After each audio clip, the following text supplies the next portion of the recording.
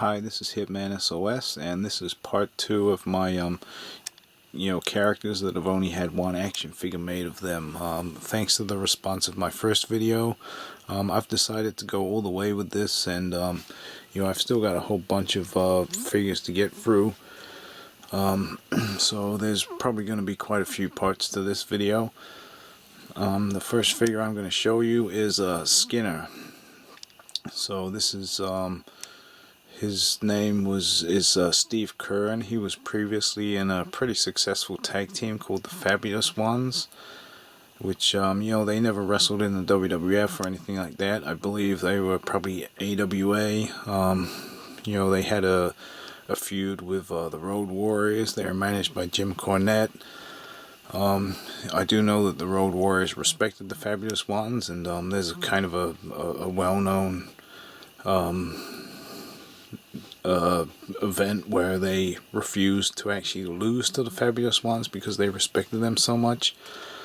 But this is Steve Curren as Skinner, and from WWF Hasbro figure. As far as I know, this is the one and only Skinner action figure there's ever been. So again, one of those guys who he was a kind of lower card wrestler. Didn't really achieve a whole lot in the WWF, but I was just a kid at the time, and I remember Skinner just as well as I remember just about anybody else, and I thought he was a cool character. He's got this kind of almost like an Australian alligator wrestler type of alligator hunter, should I say, type of gimmick. Not sure if he's supposed to be Australian, but he's got that kind of swamp man, I don't know what you call it, alligator hunter type of thing. And one of those characters that just kind of makes for a cool figure, with his attire and everything. I mean, if Mattel was to make a Skinner figure, I would definitely snap that motherfucker up like an alligator, and I would have it in my collection. So the next figure I'm going to show you, we've got Magnum Ta. This is a Mattel Elite figure. So this was from this was like a series, kind of like a one-off series, WWE Legends, which was kind of an old line of figures that Mattel had done, but they kind of done this one-off series, and this was the only actual new figure that they done in that series. All the other figures were like previously released figures, just re-released. So Magnum Ta, I don't know a whole lot about Magnum Ta. I do know that he was a kind of a young up-and-coming star who was in, I'm not sure what company he wrestled for. He was never in the WWF or WCW, which I'm only actually really familiar with the WWF and WCW. I mean, all these kind of regional promotions. I was never really familiar with those, but I believe he was like probably AWA or NWA or something like that. But I think the story goes that Magnum Ta was this young guy, and who had a great future ahead of him, and I believe, I can't remember what it was, he had some kind of injury, maybe a motorcycle accident or a car accident, and he was unable to wrestle again, which was unfortunate, because again, he's one of those guys that we would have probably seen more of if not for that. And as far as I know, this could be the one and only Magnum Ta figure there's ever been. If there is any other figure of him, it's probably a kind of obscure line of figures that I didn't know about. So I'm sure somebody out there will probably tell me if there is another figure. Okay, so here we have two figures of Steve Lombardi, who was a kind of a jobber in the WWF. So the Brooklyn Brawler, I do remember the Brooklyn Brawler very well. He was one of those kind of jobber type guys who never won a match. He was obviously employed by the WWF because he was one of those kind of like permanent jobbers. I believe he had some kind of behind the scenes job. Yeah, the Brooklyn Brawler. This is the one and only Brooklyn Brawler figure I believe there's ever been. And it's a pretty cool figure. This is a Jakks Classic Superstars figure. Comes with his hat, his t-shirt with all the rips and everything in it. And here we have, this is Abe Knuckleball Schwartz. So, I don't actually remember this guy. This is a Jakks Classic Superstars figure. He came in a 2-pack with Bobby Heenan, so obviously managed by Bobby Heenan. My youngest brother actually remembers him, because my youngest brother was still watching wrestling when I wasn't. So, yeah, I guess he was around in the mid-90s. And, you know, this is probably the only Abe Knuckleball Schwartz figure that there's ever been and probably ever will be, simply because he was just an obscure jobber type guy. But, you know, same guy as Brooklyn Brawler, Steve Lombardi. He's holding this baseball cap in his hand because the fucking thing does not fit on his head for shit.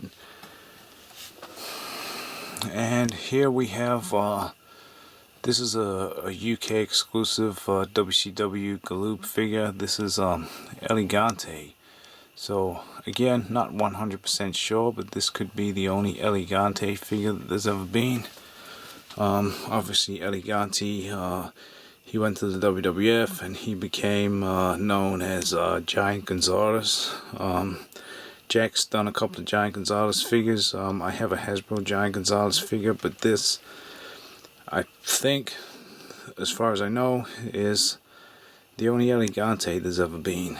And Elegante is the tallest wrestler that there's ever been in the WWF or WCW, as far as I know as well. So yeah, pretty cool figure. And so yeah, that's okay. Here we have 3 figures of Fred Upman, who's also known as Tugboat, the Shockmaster, and Typhoon. So I have an old Hasbro Typhoon figure, I have a Jakks Classic Superstars Typhoon figure, and I have a Mattel Elite Typhoon figure. But this is Tugboat. So this is Fred Upman as Tugboat, and I'm not 100% sure, but I think this is the one and only Tugboat figure that there's ever been, which I find kind of strange, because I always thought that Tugboat was cool. Unfortunately, this figure is one of those figures that ended up being on sale, like really cheap. I bought this figure when it was first released. I paid full price for it, but I live in the UK, and I don't know about the rest of the world, but over here this figure ended up being, you know, I could have paid like 70% less for it if I had been a bit more patient. And you know, even if you look on eBay, you can buy the figure for probably like less than half the price that it would have cost initially. But I always loved Tugboat. I was always waiting for a Tugboat figure. You know, Jakks never made a Classic Superstars Tugboat. And when I found out that Mattel was doing a Tugboat, I was really excited. And I always thought Tugboat was a cool character, you know. But I don't think it was particularly successful. I remember him having matches against The Undertaker. I believe he had a little bit of a feud with Earthquake before he became Typhoon and became his tag team partner as the Natural Disasters. But no pun intended, but the thing that I find shocking is that they actually done 2 Shockmaster figures. And there's only one Tugboat. So this is a Jakks Classic Superstars Shockmaster figure, which came out in 2009, which is you know, nearly 9 years ago now, which is unbelievable that I've had this figure for that long. And I've always kind of you know, treasured this figure, because I knew that this would be the one and only Shockmaster figure that there's ever been. I mean, I was absolutely fucking shocked to find out that they're even gonna make a Shockmaster figure. Really, Shockmaster's legacy is the guy who fucking fell on his face on his debut, which is the only reason really why they made this figure, because you know, it's such a ridiculous gimmick, and you know, he fell over on his debut, and it's just a funny thing. I wasn't watching wrestling at this particular time. You know, I was in my mid-teens, I guess, at this time, and wrestling was just something that I'd kind of grown out of. But I did see the YouTube video of his debut before this figure was released, and when I found out this figure was coming out, I thought it was fucking awesome, and I had to have it. So this is the Jakks Classic Superstars figure.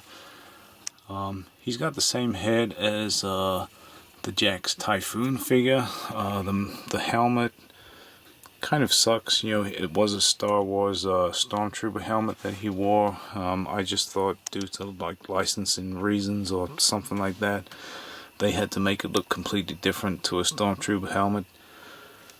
And then in 2016, Mattel released a San Diego Comic-Con exclusive version of the Shockmaster, which again, fucking shocked me, because I was surprised that there was one figure of him, let alone two. And Mattel completely pissed over the Jakks Classic Superstars version. So if you look at the two figures side to side, you can see that, you know, the Mattel figure looks a lot better. It's a lot more detailed. The helmet looks a little bit more like the Star Wars Stormtrooper helmet. I believe there are some slight design differences, probably again, like I say, for licensing reasons. He does have a unique head as well. This is a different head to the Mattel Typhoon and the Mattel Tugboat. So that's kind of cool that they would actually give him a unique head. But